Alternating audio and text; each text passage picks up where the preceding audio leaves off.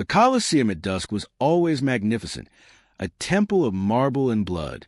The sun's dying light spilled across the massive oval, glinting off the tiers of stone where tens of thousands of Romans gathered to watch carnage. But on this night, the spectators sensed something darker than the usual spectacle. Whispers passed from row to row, words that made even the most hardened senators shiver. Tonight, the games would go beyond anything ever seen. It began, as it always did, with fanfare. Trumpets blared, announcing the entrance of gladiators whose very names sent shivers down the spine of citizens and nobles alike. Among them were the veterans, men and women who had survived dozens of contests, whose reputations were carved into the annals of the arena. Yet even they looked uneasy, glancing around as if the shadows themselves were conspiring. The emperor had promised a historic spectacle, a night that would be remembered for generations. Rumors had spread for weeks. Captives from the farthest reaches of the empire, exotic beasts never seen before in the amphitheater, and a punishment so cruel that even those who thrived on blood feared to imagine it. At first, the audience was enthralled by the familiar drama. Lions tore into wild boars. Heavily muscled gladiators clashed with one another in a dance of precision and brutality. The crowd roared, savoring the taste of fear and triumph alike. But the thrill soon twisted into unease. The emperor himself had taken his place in the imperial box, his expression unreadable. His hand rested lightly on a golden dagger, a reminder of the man behind the spectacle, the man capable of turning life into a nightmare. Then came the moment that would make history. From the shadows at the back of the Colosseum, a procession emerged, not gladiators, not beasts, but men and women chained together, their eyes wide with terror. These were not criminals of the common sort. They were nobles, captives of war, senators' sons, and daughters from rebellious provinces. Their very presence in the arena was a statement. In Rome, no one, not even the highest born, was beyond the reach of imperial wrath. The emperor raised his hand, and the games shifted from performance to ritual. The gates to the arena's subterranean chambers, usually reserved for animals or stage props, creaked open. Out came beasts unlike any seen before, panthers with gleaming teeth, massive hyenas, and creatures imported from the deserts and jungles of distant lands. Yet these were not the true horror. Behind the animals marched the gladiators, but these were no ordinary fighters. They were the emperor's elite, trained not only to kill but to instill terror, wearing masks designed to mimic demons. Their eyes gleamed through slits of blackened iron. The crowd murmured. Even seasoned veterans of the arena felt a chill. The emperor's voice cut through the tension, amplified by hidden acoustics. Tonight, he proclaimed, Rome will witness a lesson beyond valor and cruelty. Tonight, the line between man and monster will be erased. Witness history, witness the empire's judgment. And then it began. Chains rattled as the captives were driven into the center of the arena. The gladiators moved with terrifying precision, corralling them into patterns that resemble hunting formations. The animals, sensing blood, tensed and snapped at invisible commands. The crowd, initially thrilled, began to murmur uneasily as screams pierced the night. Not the controlled screams of gladiatorial combat, but raw, unfiltered terror. The night's true horror unfolded slowly.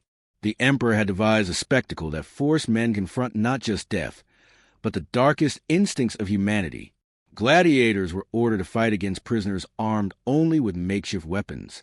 Some complied, driven by duty and fear.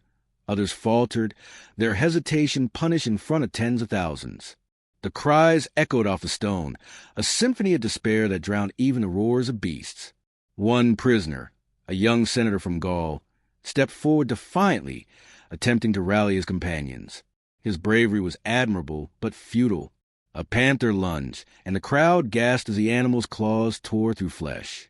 Gladiators closed in, forcing the remaining captives into a nightmare dance of survival. Even seasoned spectators felt a shift in the atmosphere. What had been a celebration of skill and courage had become a ritual of horror. The emperor's elite fighters, moving like shadows, pushed the boundaries further, orchestrating killings that seemed almost choreographed. It was artistry, yes, but art soaked in the darkest of human impulses. Rumors say the emperor watched with satisfaction, noting who screamed, who resisted, and who succumbed without fight. For him, the night was a lesson in power. In Rome, fear was a tool more potent than loyalty or love. By sunrise, the Colosseum would be littered with corpses, blood mingling with sand, a canvas of empire-wide terror. Yet, for all the calculated cruelty, the event left an unexpected mark on history. Gladiators who survived later spoke of it in hushed tones, their tales filled with disbelief. "We have faced lions, we have bled for coin and glory," one veteran reportedly said. "But never have I seen a night where Rome itself became the monster." That evening, the Colosseum was no longer merely an arena. It was a mirror held up to the empire's soul, reflecting its obsession with spectacle, control, and fear. The line had been crossed, and even those trained to kill understood. Something sacred and terrifying had been violated. By the time dawn broke over Rome, the city awoke to whispers of horror. Senators exchanged glances behind closed doors. Citizens spoke in hushed tones of what they had witnessed, fearful that mere words could summon the emperor's wrath. And yet, the memory of that night endured, etched into the legacy of the Colosseum itself. A reminder that even in a city built on power and conquest, some horrors were beyond imagination. It would not be long before history would name that night the darkest night in the Colosseum, a night when Rome crossed a line even its fiercest gladiators feared. The dawn after the Colosseum's darkest night was silent in a way that felt unnatural. Rome, usually alive with merchants shouting, chariots clattering, and senators debating in the forum, seemed subdued. Word of the emperor's spectacle spread like wildfire, whispered in corridors, baths, and taverns alike. No one spoke openly. Fear of reprisal was too potent, and yet the horror was impossible to forget. Survivors of the arena staggered to the streets, their bodies bruised and bleeding, their eyes haunted. Gladiators, trained to suppress fear, carried their shame and terror like invisible chains. Some refused to speak of what they had seen. Others were compelled to describe it, unable to silence the images etched into their minds. The way noble captives had fought with desperate courage, the way blood had soaked the sand, and the eerie calm of the emperor as he watched death unfold. In the imperial palace, the emperor received his generals and senators in the aftermath. "History," he said, his voice eerily calm, "will remember this night. It is not cruelty, but education. Rome must understand its power." The men in the room nodded, some trembling, some plotting in silence. A few dared to question the wisdom of publicly showcasing such atrocities, but the emperor silenced them with mere glance, cold, unyielding, and final. Meanwhile, in the city's shadows, whispers of revolt began to stir. Some citizens, particularly those who had lost family members in the spectacle, muttered of vengeance. Secret meetings formed in hidden courtyards. Letters were passed in coded phrases, warning that Rome's obsession with terror had created a dangerous precedent. The people could no longer distinguish between justice and madness. The gladiators themselves faced a new ordeal. Those who had survived were summoned for inspection in the ludus, the training schools. The emperor demanded reports. Who had faltered, who had excelled, who had shown courage or cowardice. Some veterans, the strongest and most skilled, were rewarded with favor and wealth. Others, however, were punished quietly, sent to fight beasts in solitary arenas, or assigned to deadly missions in distant provinces. The lesson was clear. Obedience to spectacle and to terror was as valuable as skill in the arena. Yet not all followed the emperor's script. Among the surviving captives, rumors spread of defiance. A senator's son from Hispania had survived by striking down a panther barehanded, a feat that astonished all who saw it. Another, a noble woman from the east, had hidden a blade and defended her companions, sacrificing herself only when cornered. These acts of courage became whispered legends, and soon the emperor learned of them. "Let them be broken," he ordered. "Their courage is contagious. Fear must remain absolute." And so, Rome's obsession with control deepened. Secret punishments began to take place at night, in private arenas scattered throughout the empire. The emperor's methods evolved. Psychological games, staged deaths, and unspeakable humiliations. Gladiators were forced to participate, the line between entertainment and terror blurring further. Even veterans began to dread their roles, haunted by the knowledge that survival often meant becoming a tool of cruelty themselves. But the darkest part of this night's legacy was not the physical suffering. It was a corruption of the soul. Gladiators, once proud and resolute, started questioning their own humanity. Some confessed in whispers that the screams of the captives replayed in their dreams, merging with the roars of beasts until they could no longer tell man from animal. Others admitted a more disturbing truth. They felt exhilaration at orchestrating fear, a thrill mingled with guilt. The emperor had created not merely an event, but a psychological labyrinth from which escape was impossible. The people of Rome, meanwhile, remained captivated. Despite horror, attendance at the Colosseum swelled in the months that followed. The line between fascination and revulsion blurred. Citizens craved the thrill of witnessing power manifest in blood and chaos. Rumors circulated of other spectacles to come. Prisoners of the empire's most remote provinces, exotic creatures, and gladiators so lethal they were whispered to be possessed by demons. Every shadow, every whisper, reminded Romans that the emperor's reach was absolute. Among the elites, tension simmered. Senators who had once argued for measured displays of authority now questioned the emperor's sanity, but carefully, in private.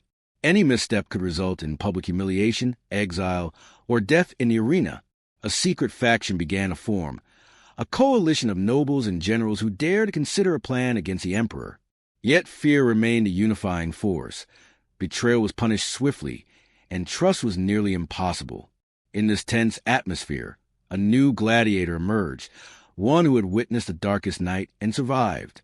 Known only as Aquilus, he carried both physical scars and psychological ones. Unlike other veterans, he refused to speak freely of what had occurred. Instead, he trained in secret, preparing for a confrontation he alone seemed to anticipate. Some whispered that he had seen a weakness in the emperor, a crack in the armor of fear. Others claimed he had been marked for death the moment he showed mercy in the arena. Meanwhile, the emperor prepared for a new spectacle, even more daring than the last. Word spread of a festival of shadows, a night when the Colosseum hosts not only combatants and beasts, but elaborate illusions, traps, and punishments designed to challenge not only the body, but the mind. Citizens and nobles alike speculated endlessly. Would it involve fire, water, labyrinths of death, or gladiators against one another in brutal trials of endurance? No one knew, and that uncertainty was precisely the emperor's design. As anticipation built, fear became a currency more valuable than gold. Gladiators steeled themselves, captives trembled, and the people of Rome whispered prayers, curses, and promises of vengeance. No one doubted that the next night in the Colosseum would surpass the last in horror and spectacle. The city had been forever changed. Even as the sun set, casting long shadows over the Colosseum, there was a sense that the empire itself trembled. Gladiators and citizens alike realized that something ancient and terrible had been awakened. The human capacity for cruelty, manipulated by the absolute power of one man. And in the minds of the brave, or foolish, those shadows whispered. The darkest night was only the beginning. By the time the next moon rose over Rome, the city buzzed with a tense energy that was almost electric. The citizens, the nobles, the gladiators, all knew something monumental awaited them. Rumors had taken on a life of their own. Some whispered of labyrinthine traps beneath the arena's floor, others of creatures imported from the empire's most remote and deadly corners. But the truth, as always, was far darker and more calculated than imagination could conjure. The Colosseum gleamed under torchlight, a cathedral of marble and terror. Its arches cast long, sinister shadows across the sand, shadows that seemed to move and twist in anticipation. Those who had survived the previous night walked carefully, haunted by memories they could neither erase nor escape. Even the most seasoned gladiators felt a tremor in their hearts, a primal warning that this night would surpass all that had come before. The emperor appeared at sunset, as was tradition, but his presence carried a weight unlike any other. His robe shimmered with golden embroidery that seemed almost alive in the flickering torchlight. He held no weapon, yet his gaze was sharper than any blade. "Tonight," he proclaimed, his voice carrying over the hushed crowd, "Rome will witness not the strength of the body, but the fragility of a human spirit. Watch closely, for fear is the only truth that endures." The gates of the arena opened to reveal a scene that would sear itself into memory. The central sand had been transformed into a vast labyrinth of walls, pit traps, and hidden mechanisms. Smoke curled from hidden vents, obscuring the sight of the condemned. In the shadows, gladiators waited, their faces masked in iron crafted to resemble demons, their eyes gleaming with anticipation. Prisoners were ushered into the maze, captives from foreign lands, rebellious nobles, and those who had survived the previous night. They were given no weapons, only their wits and instincts to survive. From hidden alcoves, the Emperor's chosen gladiators would emerge, not merely to fight, but to terrorize. And lurking at the maze's heart were beasts so exotic and deadly that even the most confident spectators shivered. Among the gladiators, Aquilus moved silently, his mind a whirl of strategy and dread. Unlike others, he had observed the Emperor's patterns, noticed the subtle shifts in command and control. He had seen that the Emperor thrived not on blood alone, but on the psychological unraveling of his victims. Tonight, Aquilus understood survival required more than strength. It required cunning and an understanding of fear itself. The labyrinth's gates slammed shut, and the night descended fully. From above, spectators watched as shadows danced. Screams echoed, and the flickering torchlight created illusions of monsters where none existed. Panic spread among the prisoners. Some ran blindly, falling into pits or colliding with walls. Others attempted to fight, only to find the gladiators anticipating every move. The Emperor, from his elevated box, surveyed the chaos with a scholar's fascination rather than a ruler's detachment. Each death, each scream, each flicker of hope snuffed out with precision. He catalogued them mentally, studying fear like a science. This was no mere spectacle. It was a test of the Empire's soul, a demonstration of the fragility of power when confronted with absolute control. Among the maze, Aquilus found himself cornered by a gladiator named Corvinus, a man whose reputation for ruthlessness was legendary. Their clash was swift and brutal, sparks flying as iron struck iron. Yet as he fought, Aquilus noticed the subtle cracks in Corvinus' movements, a hesitation born not of weakness, but the same fear that gripped all who had witnessed the previous night. Exploiting it, Aquilus disarmed him, leaving the man dazed in the sand. Nearby, a noble woman, one who had survived 2 nights already, moved with a calculated grace, guiding terrified prisoners away from traps and predators. Her courage became a beacon, igniting hope in those around her. Yet every act of bravery was noted, and Aquilus knew the Emperor would punish audacity as harshly as cowardice. The lesson of fear was absolute. Hope could be as dangerous as despair. As the night wore on, the labyrinth seemed to grow alive. Walls shifted, pits opened unexpectedly, and smoke concealed movements, transforming the arena into a living nightmare. Beasts struck without warning, and gladiators appeared like phantoms, exploiting every shadow.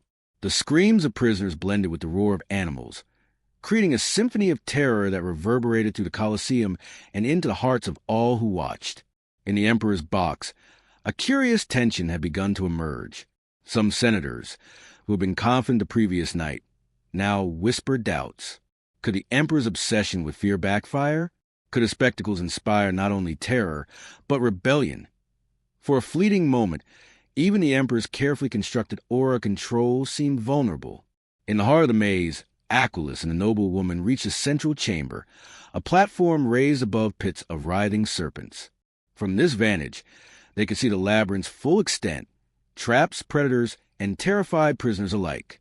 Aquilus realized the true purpose of the festival. It was a demonstration, not merely of power over life, but of mastery over chaos itself. Those who survived would carry the Emperor's terror in their bones. Those who did not would serve as cautionary tales for generations. Suddenly, the Emperor signaled, and hidden mechanisms shifted. Walls rotated, cutting off escape routes, and a torrent of fire erupted along a section of the maze, forcing prisoners into tighter corridors where gladiators awaited. Panic surged like a living entity, and screams rose in crescendo. Aquilus fought alongside the noble woman, guiding the prisoners with precision and ferocity, but the cost was high. Many fell, victims of beasts, traps, or gladiators' blades.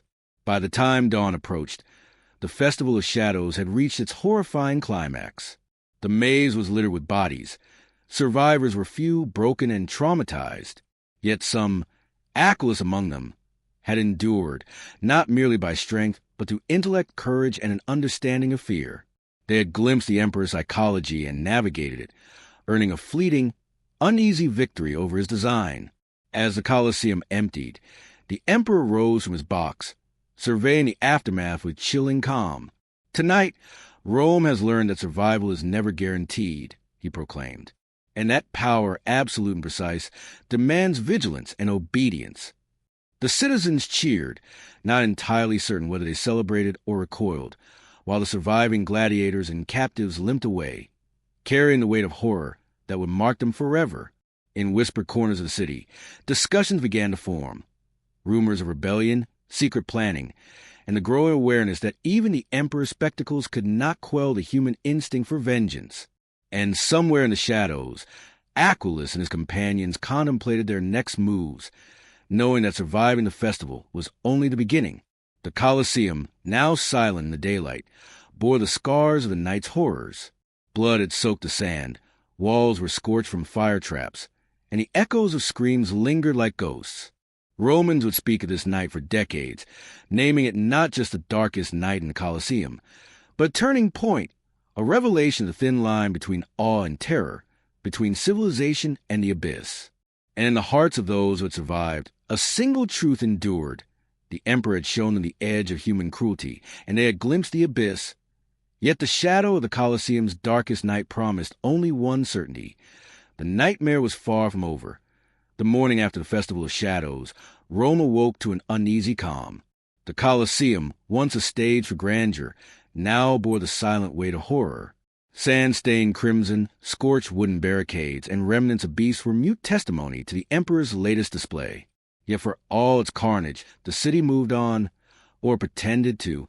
Life in the streets continued, but beneath the surface, fear mingled with unease, and unease whispered a rebellion.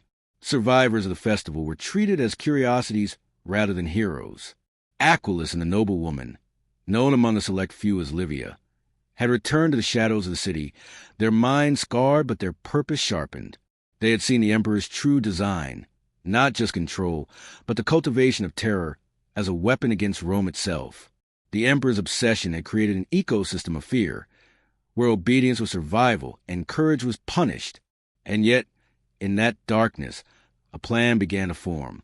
In the Forum, senators spoke in hushed tones, behind screens of perfumed curtains or in the quiet of private baths. Some argued for patience, hoping the Emperor's appetite for spectacle would wane. Others, more daring or desperate, contemplated action. "Rome's power lies not in fear alone," one whispered. "We are citizens, not animals to be entertained. If he continues, the empire itself may fracture." Even among the gladiators, a subtle shift had begun. Previously bound by loyalty or fear, they now shared glances that spoke volumes. Survival had taught them that the Emperor's control was extensive, but not absolute. Aquilus had become a quiet focal point, a symbol of cunning and resilience. Though he spoke little, his actions, saving lives, navigating the maze, had earned him respect. Some gladiators began to question their roles, wondering if they were tools of tyranny rather than instruments of honor. Meanwhile, the Emperor remained aloof, yet attentive to revel in the echoes of the festival, the screams, the terror, the obedience enforced by fear. Yet in private, he noticed patterns he had not anticipated. Certain gladiators had resisted his full psychological manipulation. Some captives had displayed courage beyond calculation. The Emperor's mind, sharp and cruel, recognized a risk. Seeds of defiance could grow even in the shadow of terror. In the labyrinthine alleys of Rome, Aquilus and Livia began reaching out to those willing to act. Former gladiators, slaves, and even disillusioned soldiers became part of a silent network. Their goal was not open rebellion. That would be suicide, but subtle undermining. Leaks of information, sabotage of preparations for the next spectacle, and planting seeds of doubt among the Emperor's most loyal allies. Each step was perilous. Discovery meant immediate death, yet necessity demanded action. The Emperor, sensing the subtle currents beneath the city, escalated his strategy. Orders were issued for new spectacles, each more intricate and terrifying than the last. Gladiators were forced into training regimens that tested both endurance and obedience. Captives from newly conquered provinces were brought to the Colosseum, their faces pale with dread. Rumors circulated that some had been chosen specifically for their lineage, to demonstrate that status offered no immunity from imperial cruelty. One evening, as the emperor inspected preparations for an upcoming spectacle, he paused before a gladiator, Achilles, who had just returned from the training grounds. Their eyes met, and for a moment, an unspoken recognition passed between them. The emperor's gaze, sharp as a blade, hinted at both curiosity and suspicion. Achilles maintained composure, but beneath it, calculation and caution blended with a rising determination. He understood that the next night would demand more than survival. It would require deception, strategy, and courage not just for himself, but for those around him. In the weeks that followed, whispers of unrest grew louder. Slaves murmured of secret meetings. Gladiators shared coded signs of resistance. Even among the elite, murmurs began to surface. Generals and minor nobles quietly noting the emperor's increasingly erratic appetite for terror. The city seemed poised on a knife's edge, where a single spark could ignite chaos. Yet, the emperor remained confident. From his vantage point, fear had shaped every corner of Rome. The Colosseum was no longer merely an arena. It was the emperor's laboratory. He studied the reactions of survivors, the murmurs of citizens, and the hesitations of gladiators, seeking any indication of weakness. For all his brilliance, however, one variable eluded him: the human will to resist, subtle, cunning, and patient. That night, Achilles convened with Livia and their allies in a hidden chamber beneath the city. They planned meticulously, reviewing the patterns of the emperor's spectacles, noting his methods of psychological manipulation. The goal was not confrontation in the arena, at least not yet, but to undermine his authority from within, to plant doubt and confusion that could later blossom into open resistance.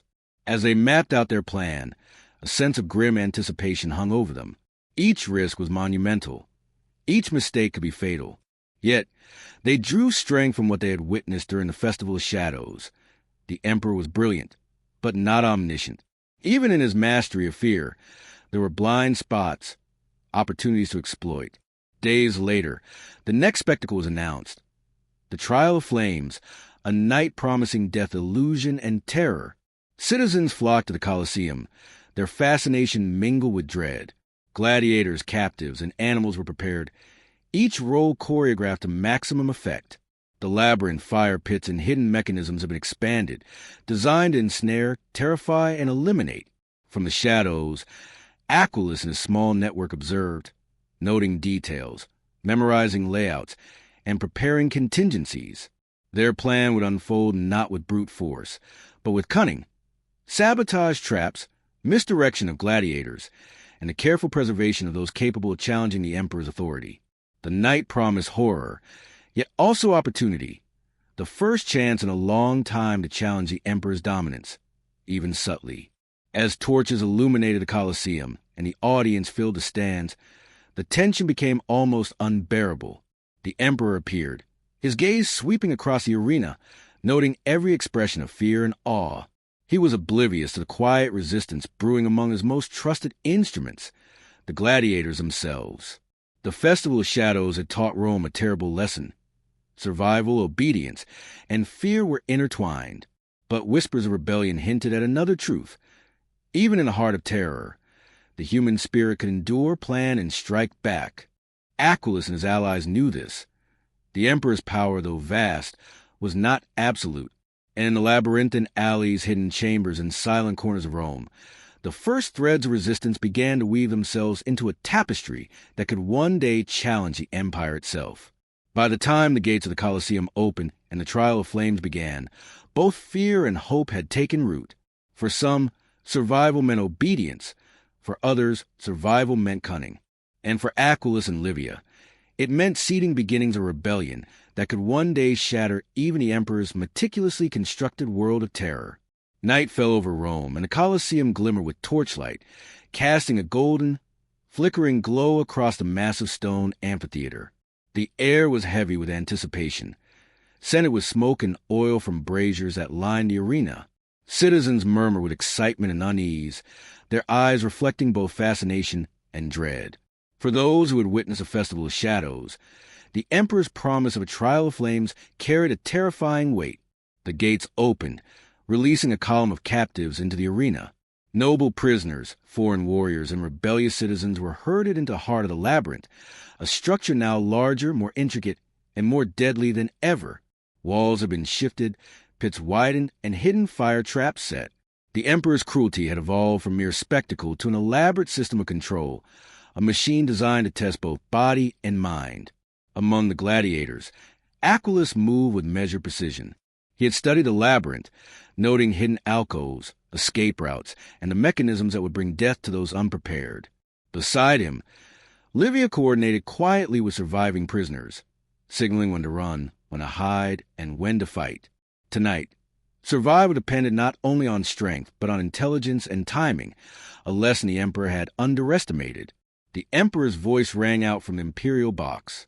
"Welcome, citizens of Rome, to the trial of flames.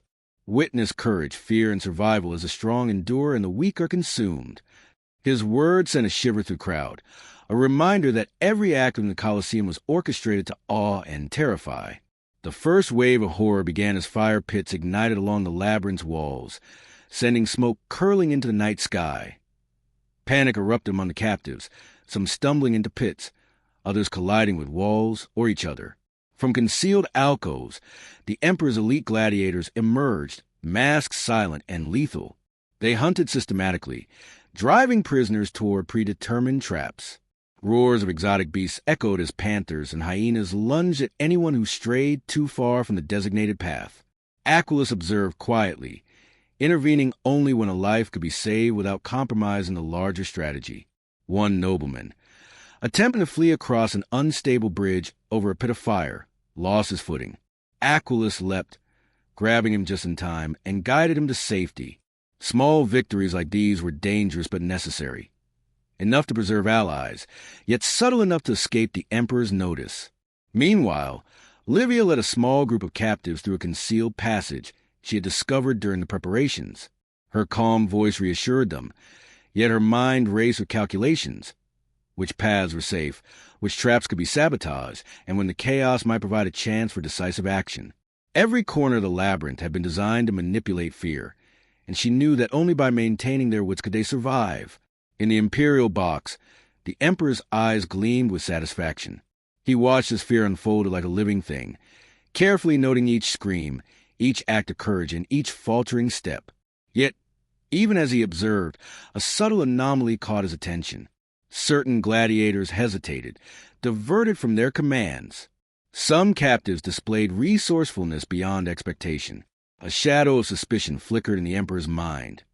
The human spirit, it seemed, could still resist even in his meticulously crafted nightmare. The arena's central fire trap suddenly shifted, opening a series of flame-encircled corridors that forced prisoners and gladiators alike into tighter spaces. Screams rose as the heat intensified, the flames licking walls and sand. Aquilus and Livia calculated the timing carefully, maneuvering survivors through the corridors while avoiding both fire and the Emperor's elite fighters. Amid the chaos, a pivotal confrontation occurred. Corvinus, the Emperor's deadliest gladiator, cornered Aquilus in a narrow corridor. Iron clashed, sparks flying, as both men fought not just with strength but with anticipation. Aquilus feigned to stumble, drawing Corvinus toward a concealed pit. The gladiator fell into it, snarling, while Aquilus and a handful of survivors pressed onward. The Emperor, unaware of the minor disruption, continued his observation, blind to the first seeds of rebellion taking root in his arena. Elsewhere, Livia guided the captives to an alcove where hidden mechanisms could be sabotaged. With careful hands, they jammed a series of levers controlling the fire traps, buying precious minutes for those still trapped in the maze. Flames roared harmlessly into the air, smoke billowing in directions the Emperor had not anticipated. It was a first act of defiance in what might become a larger plan. As the night wore on, the labyrinth's chaos reached its peak. Beasts roamed freely, flames engulfed corridors, and gladiators hunted tirelessly. Screams and roars echoed, blending into a terrifying symphony that filled every tier of the Colosseum. Citizens watched in awe, some cheering, some paralyzed by fear. Few understood the subtle rebellion unfolding amidst the terror, yet its impact would be profound. The climax approached when Aquilus and Livia led the surviving captives to the center of the arena, a raised platform where the Emperor expected to witness their demise. Here, they turned the tables. Hidden mechanisms, previously sabotaged, unleashed fire in unexpected directions. Gladiators became disoriented. Beasts lunged into areas the Emperor had not planned. Chaos erupted in a way even the Emperor had not foreseen. From his box, the Emperor's face shifted from satisfaction to shock. His carefully controlled spectacle had unraveled in key sectors. The maze that was meant to demonstrate absolute power now showcased the audacity and cunning of those he had sought to destroy. For the first time, he realized that fear alone could not command obedience. Resistance, subtle and intelligent, had emerged. The surviving captives and gladiators moved as one to the labyrinth, exploiting the chaos. The audience gasped at the unexpected twists, the clever navigation, and the near-miraculous escapes. Aquilus and Livia, though exhausted, maintained composure, knowing that the night's success was as much psychological as physical. They had survived not only by strength, but by outsmarting the Emperor's machinery of terror. When the final flame subsided and the arena fell silent, only a handful of survivors remained. Aquilus, Livia, and the captives stood amid the wreckage, a living testament to courage and cunning. The Emperor, however, did not flee. He observed with cold calculation, already assessing failures, analyzing patterns, and preparing for the next spectacle. He knew the rebellion was minor, yet the seed had been planted. Fear, though powerful, was not absolute. As dawn broke over the Colosseum, Rome awoke once more to whispers. The Emperor's trial of flames would be remembered, but not only for horror. Stories of subtle defiance and cunning survival spread quietly among citizens and gladiators alike. Even in an empire dominated by fear, the human spirit had demonstrated its resilience, hinting that the darkest night could also be the spark for something new, something that might one day challenge the very emperor who had sought to master terror itself. The Colosseum, scarred and smoking, stood as both monument and warning. Rome had witnessed the extent of cruelty, yet also the capacity for cunning, courage, and rebellion. The emperor's grip remained tight, but a single truth endured. Even in the shadows of absolute terror, hope and defiance could survive. The sun rose over Rome, casting a pale light over a city still reeling from the trial of flames. Word of the subtle rebellion in the Colosseum spread quietly through whispers and rumors. Citizens dared not speak openly, yet the courage of survivors inspired hushed admiration, even among the lower ranks of soldiers and slaves. The emperor, however, did not share their sentiment. From his imperial box, the emperor had observed every movement, every act of defiance, and every successful escape with a calculating mind. For the first time, he realized that fear, while powerful, had limits, and where limits existed, opportunity for rebellion could arise. The trial of flames, meant to be the apex of terror, had revealed a crack in his otherwise iron control. He summoned his closest generals and advisors, his voice calm, but carrying an unmistakable edge. Rome must remember that disobedience carries consequences far beyond the imagination. The next spectacle will be instructive. He paused, letting the weight of his words settle over the room. This time, the arena itself will be the instrument of judgment. No maze, no hidden passage, only survival against the Empire's will. Plans were immediately set into motion. Gladiators who had faltered or shown hesitation were assigned to retraining, a euphemism that often meant combat in distant provinces against unspeakable odds. The labyrinths and fire pits would give way to a singular, open arena where control, visibility, and fear were absolute. Exotic beasts were imported in greater numbers and trained to respond to the emperor's subtle cues. Every detail was scrutinized. Failure would not be tolerated. Meanwhile, Aquilus and Livia understood the stakes had risen. The subtle victories of the trial of flames had earned attention, the wrong kind. The emperor's gaze was now focused on them, and survival required more than cunning. They moved quickly through Rome's shadows, rallying a network of trusted gladiators and captives, preparing for the inevitable clash. The objective was no longer subtle resistance. It was survival, combined with potential to strike a decisive blow against imperial tyranny. The emperor, ever the master of psychological warfare, used the city itself to heighten anticipation. Public proclamations announced a night of judgment, promising an unparalleled spectacle. Citizens were enthralled, terrified, and drawn inexorably toward the Colosseum. Merchants closed shops early, slaves hurried home, and soldiers patrolled streets in uneasy anticipation. Every citizen was complicit in the theater of fear, whether a spectator or witness. On the eve of the night of judgment, Aquilus convened with Livia and their allies. The strategy was audacious. Exploit the emperor's overconfidence, manipulate the beasts and gladiators loyal only to fear, and turn the arena itself into a trap for their oppressor. Timing and precision were paramount. One misstep would mean death, not just for them, but for anyone who followed. Yet the survivors carried a new resource: knowledge of the emperor's patterns, his obsessions, and his subtle manipulations. As torches flickered across the Colosseum, the emperor ascended to his box, flanked by advisors and generals. His expression was unreadable, a mask perfected over years of controlling spectacle and fear. He surveyed the arena, noting the alignment of gladiators, the placement of beasts, and the positioning of prisoners. Every detail was designed to maximize terror and ensure obedience. Yet beneath the surface, a subtle anxiety flickered, a recognition that this night, unlike previous spectacles, carried the seeds of uncertainty. The gates opened, prisoners were ushered into the open arena, and the gladiators took their positions. Aquilus and Livia moved within the ranks, poised and alert. Flames flared along the periphery, casting long, dancing shadows. Exotic beasts prowled, snarling and leaping at the scent of fear. Every element of the arena was controlled, designed to elicit terror and compliance. And yet, within the controlled chaos, the first act of rebellion occurred. Aquilus triggered a concealed mechanism, diverting a group of gladiators and beasts away from key escape routes. Simultaneously, Livia led prisoners along hidden paths, exploiting blind spots in the emperor's design. Panic rippled through the arena, not as intended by the emperor, but as a consequence of the calculated defiance of those who had learned to resist. The emperor's attention shifted. His eyes narrowed as he observed irregularities. Guards hesitated, beasts faltered, and some gladiators moved against expected commands. He understood immediately subtle sabotage had occurred. For the first time, the emperor felt the unsettling thrill of uncertainty, the knowledge that his absolute control had been undermined. In the heart of the arena, Aquilus faced Corvinus once more. The duel was brutal and precise, each movement a test of skill and nerve. Sparks flew as weapons collided, but this time, Aquilus was prepared not only for combat, but for strategy.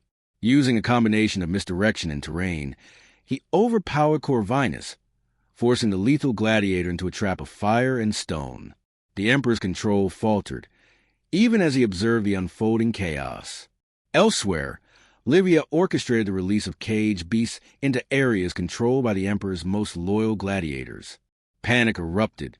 Gladiators were distracted, and the prisoners seized the opportunity to move toward relative safety.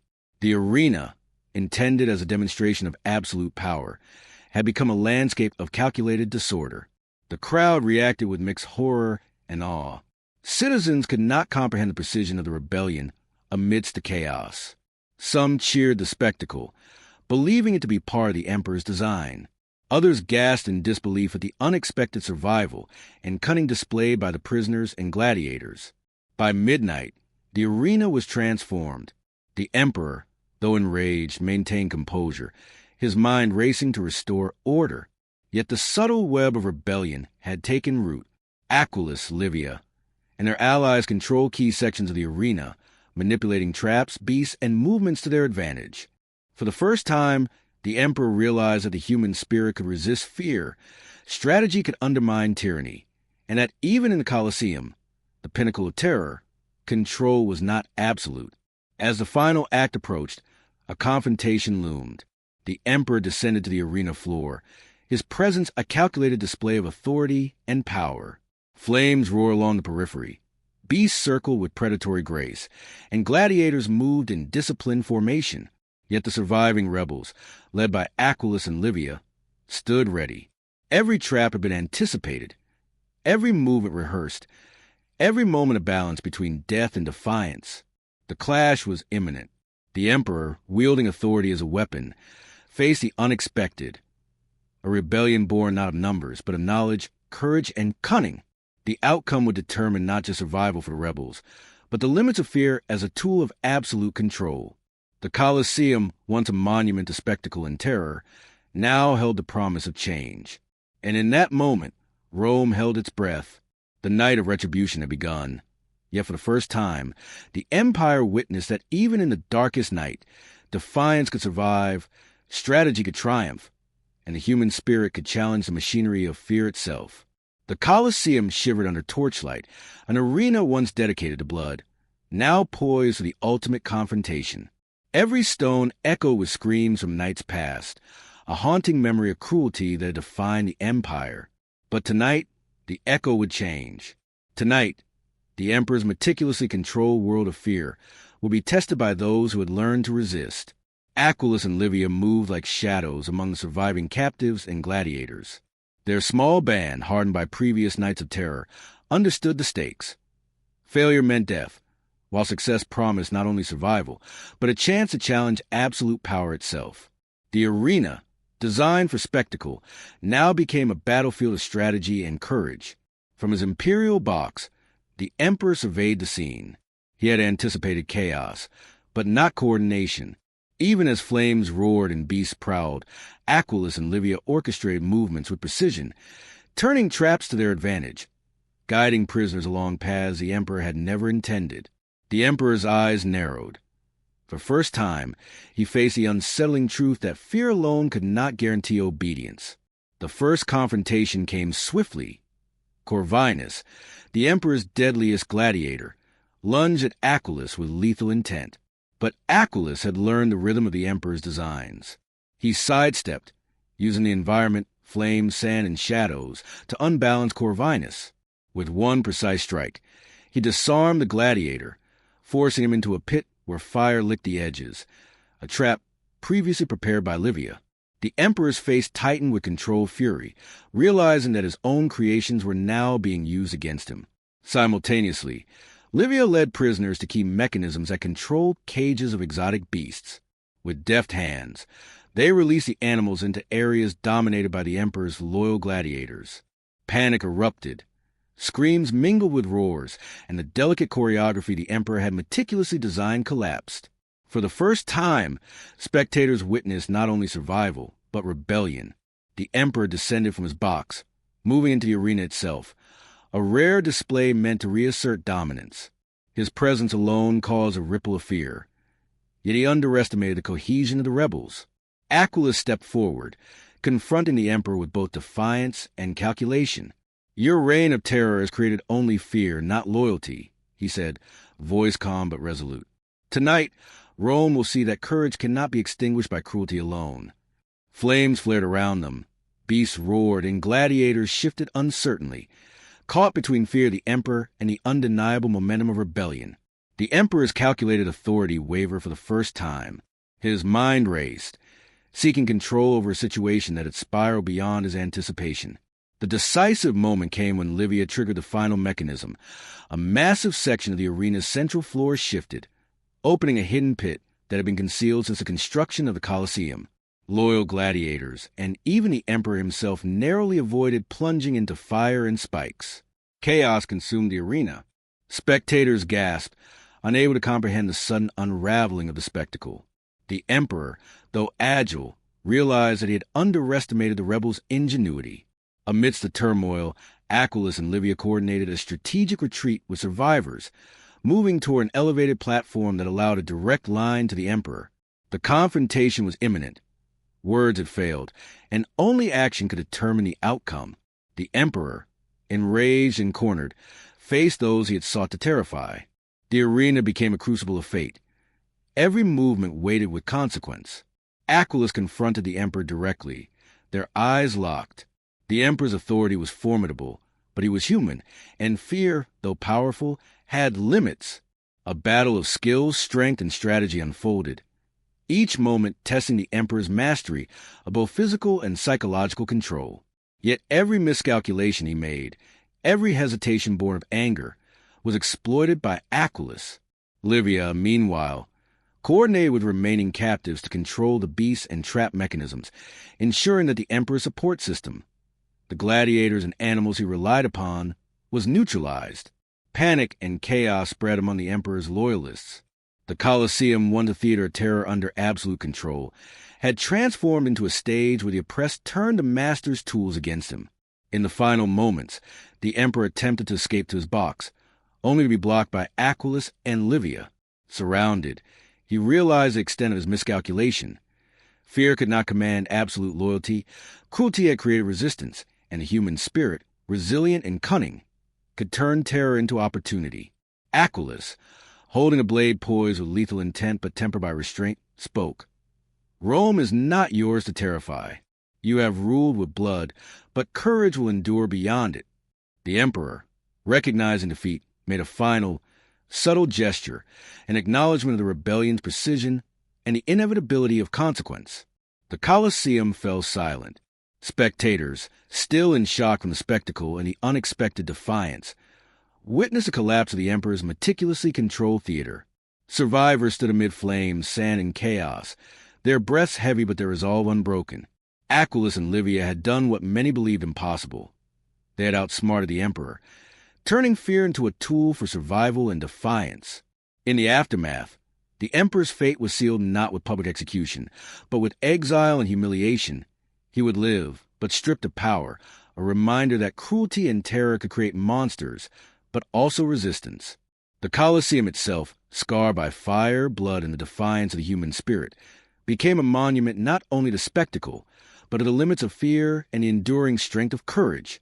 Rome, as it woke to the new day, carried a memory of the darkest nights. Citizens spoke in whispers of bravery and rebellion, of how terror could be challenged, and how even the most absolute power could falter. Gladiators, survivors, and freed captives shared their stories, passing down lessons of strategy, courage, and indomitable will to survive. And in the Colosseum, where fear had once ruled with absolute authority, a new era began. The arenas would continue to host spectacles, but the shadow of the Emperor's obsession remained as a cautionary tale. Terror could command obedience, but courage, cunning, and unity could defy even the most terrifying ruler.